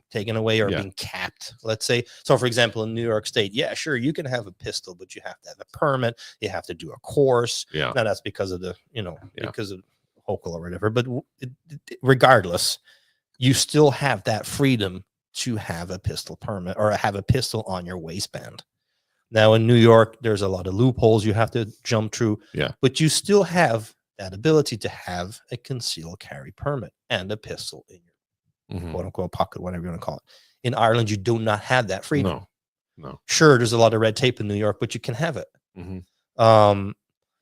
There's a lot of freedoms when it comes to like, cars, for example, like big, power hungry V8 muscle cars that are guzzling gasoline. Yeah. Right. Yeah. In Ireland, we don't have that. Right. We're either diesel or like 1.2 liter Yeah. inline 3. You have to turn the air conditioning off to go up the hill. Right. Or you have a Tesla. Right. So Yeah. Yeah, good luck with that. right. So like I said, you want something, you can get it in America. Absolutely, without a doubt. Yeah. Whether it's easy, like we're for some whatever reason we're talking about guns. If you're in a constitutional carry state, you can just go and buy one. Right. Or if it's New York, you have to jump through loopholes, but you can still have one. Right. So no matter what state you're in, you can have one. Yeah. So that in that sense, whatever you want in the United States, pending in parentheses, you can get it or have it or do it. Right. Mhm. I think that's the biggest thing America as a whole has gotten right. Yeah. I always, And that's based off the Constitution. it is off the Constitution. Right. That is. And I would always kind of go more to the libertarian in that I don't care what you do as long as it's not hurting me or hurting Right. My someone else. wife and I are traditional libertarians. Yeah, I would say that, I probably would lean more that way. I don't care as long as it's not going to hurt somebody. I don't like the Less I don't- government is better. I always think Governance government, onto thyself. well, I always think like the government kind of fucks stuff up. It just Right. gets too big, which I hate human suffering, but sometimes I even go, boy, even that they're going to get wrong in a way to help people that you almost wish that could be privatized. Right. The gig economy, I mean, you Uh-huh. don't have to get you have to have a license, you have to have a registered car. Okay, I understand that. But you're not getting a medallion to be a taxi driver. Right. And that's a government bureaucracy. So it does seem like some of those things, if we can just eliminate the man, sometimes things run smoother. Well, I remember coming back from Pennsylvania, and I don't know if it's 65, 75, but we're coming, on the road, and all of a sudden the same dead straight road that goes out like from 75 down to 35 for no reason whatsoever. And of course, there's the sheriff or trooper hanging Sitting out. right there, And you're waiting like, for you. and then 200 yards down the road, it comes back up to 60. Yeah. Right. What was that for? It's the same stretch of road. Yeah. Some things like that don't make sense to me. It almost feels like a trap It is. It's a It trap. is a trap. to make money. It is. So, They're cash grabs. and that's fine. Whatever. Yeah, I don't think it's, Whatever. It isn't. It isn't. It's that's interesting. Do you have a story where, like, when you were with AMR, where you had to go through a training simulation where they put you in this like house Mhm. and they faked everybody's injuries and they said, Yep. sure, you will not get through this quote unquote alive, and you beat the Do test. you remember that? Yeah, it's a, So I it's a told- great story. Yeah, so I told Dan a story about so there's a thing called sim day or simulation day. It's a whole entire day of different types of scenarios that would probably happen in your everyday life, and you guessed it, they happen. And so I went in with a partner, Ruth is her name. She's from Ukraine. I think she still works there. We came into the room, pitch black, couldn't see a damn thing. I always have a light on me. I'm like, put it on. It's magnetic. I'm like, clack. And it's like lit up the whole room. There's like empty medicine balls everywhere, and like insulin, sharps everywhere. Well, not the actual right. needle, but it looked like an insulin pen. And so they were like totally irate, shouting like, get the hell out of this room. And it's like a real situation. Well, there was a patient on the chair having DKA, diabetic acidosis, where your blood sugar is either super high or super low, and you're basically in a kind of a coma. Let's say I'm simplifying everything, and so he's sitting there, and the first thing I see is a blue gun. It's a simulation firearm, kind of like behind his butt. So I nudged my partner. I'm like, look at that. And she looked at it and she was like, oh my God. So I'm like, I took it out. No, I did the little pinch and I put it under the chair and I kicked it all the way under the sofa. And he also had a knife in his pocket, his actual personal knife that he wasn't going to use for the simulation. I picked that up. I put it up on the shelf. And the simulation started going through its paces and stuff like that. And then he woke up and he started getting really like agitated. And he was looking for the training piss and he couldn't find it. And then he looked for his knife and he couldn't find that. So he clenched his fist. He's like, if you don't get out of here, I'm going to, kill you or whatever. So I left. But I was pulling my partner. She was like, no, we have to stay here and help. I'm like, no, we don't. We're getting out of here and we're calling RPD. Let's go. So I left the room and she was still inside. And I'm like, oh, get out of there. And I had to pull her out. And so the simulation, end or whatever, and they were so pissed at me that they had to change the entire simulation because nobody noticed the pistol prior and nobody ever took the knife out. Wow. So I completely changed the game to the point where he had to like hide the pistol. That all you think that's all your military training? Absolutely. Yeah. And they had to change the whole entire simulation. That's funny you remember that. Yeah. Does anything scare you? I don't know. I know that's a silly question, but just think about you do special ops basically, right? Joint task. Right. You're over in other countries. Then you go to a country for, I guess, a woman originally, but then you get there and then you build this school. There's like, is there, what's the mindset? Is it? I guess fear has its perks. Sure, it does. Yeah, that's a great way to put it. Adrenaline can help you get out of situations sometimes. Yeah. And if you don't have adrenaline, so everybody has adrenaline pumping through their body if they're getting into a fist fight, a knife fight, a gun fight, whatever, going really fast in the car.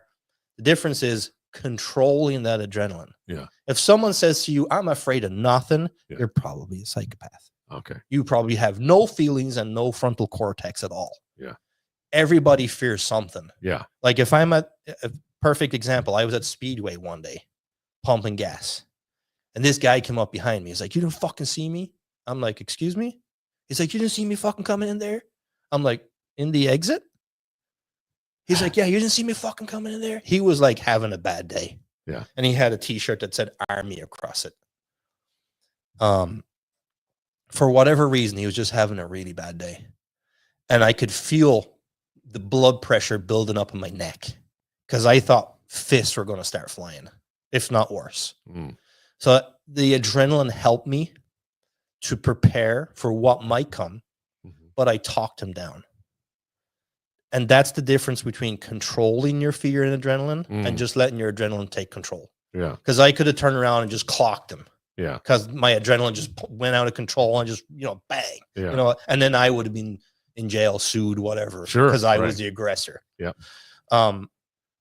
So anybody who says they're not afraid is lying. Yeah.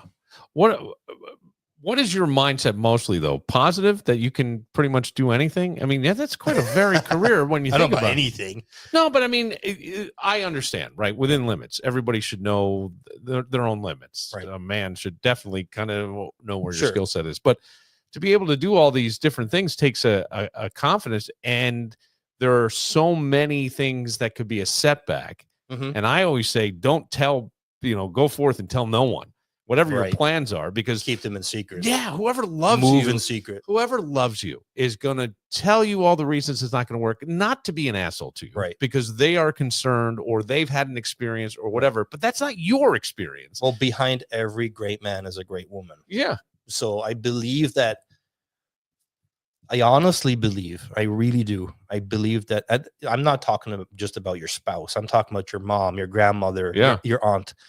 I believe that there is a foundation between in every good man with a good woman, whether that's your mom or your spouse, and vice versa. I'm sure behind every good woman is a good man. Yeah. Right. It's just the way it is. And I believe that if I wanted to do something right now, whatever that may be, business wise, Yeah. academically, physically, I am absolutely positive that my wife Tennille would say, "You got it."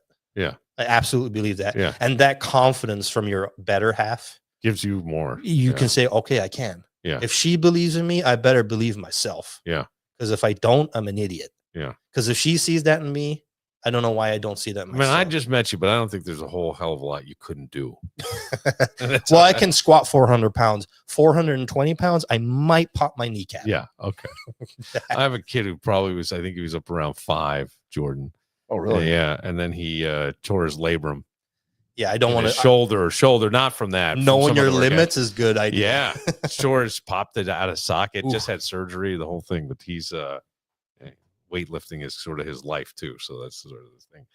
Well, this has been a lot of fun. I really appreciate you coming in. Yeah, thanks for coming. I think it's great. I love wait. Hang on. Race and Randy Update. maybe available. Live from Newark. Joey Logano, the 2024 champ. Well, Wow. He called it too. Yeah, he did. So every year I interview Racing Randy for the Times in Wayne County and ask him, I go, who's winning it all? And it's NASCAR. It's hard to pick one out of Who we 50 put money on. drivers. So he gives me 5 drivers and he usually like nails it. And he nailed it. Yeah, he did nail it. Let Hope me, you had money on it. No, not really. I should have, but no, I didn't. Oh, no money. No. No money. I bet on football and I lose. yeah. I went 4-2 today Oh, that's not bad. with the spread. That's You not know how I lost? I thought Indy would cover Oh, with the Bills. I thought Yeah. the Bills would win. I thought Indy would cover. And then San What was the Francisco spread? gave Tampa Bay 6.5. Spread was 3.5. oh yeah, no. It was a trap game. Sure was. Turns out the trap was on us, who said it was a trap game. But the Bills didn't play well. Fortunately, Allen didn't play well. Yeah. Defense played well. Joe Flacco certainly did not play well Allen at had all. his Allen moments. He had his moments, but like Allen, he may be the reason Dalton Kincaid might be out for a while. That one pass in the second quarter where it should have been a touchdown. If Allen actually sets his feet and throws the ball on that third down play and Kincaid doesn't have to reach for it, he doesn't land on his knee. They think that's how he got hurt. We'll close it out. We'll talk to Randy another time. Mhm. Seoirse, I find it really interesting, all the stuff you've done. I think it's fascinating. And It was a pleasure being here. I think you need to write a Hallmark movie about you and your wife. Well, I think you should have my wife in here. I would love to have your We'd wife love in to, here. yeah. Absolutely. She's smart. And she's an acupuncturist. That's right. Yeah. Just help me with my migraines. I think it's great. I love that kind of stuff. Yeah. I think Seoirse sort of said it a little while ago. Everything we need is already here. Mhm. Right? We don't need this synthetic. She could put the stuff. needles in my back and tell me, "Are you taking this?" I go, "Yeah." How'd you know? I could tell by the. Stop that. I'm like, okay. Danny's been bragging about you for a while, by the way. Oh, really? Both of you, yeah. Yes, he has. Appreciate that. And saying like, wow, he's my supplement guy. And I always go, Danny, he's got too many supplements. And I've said that too. I know. So is my wife. I know. And you know more than I do. For Seoirse, for Dan Barillo, the Buffalo Bills man, I'm Bill Moran. We'll see you tomorrow. Down here they're looking for a Cadillac with Tennessee plates. It was somewhere in Nevada.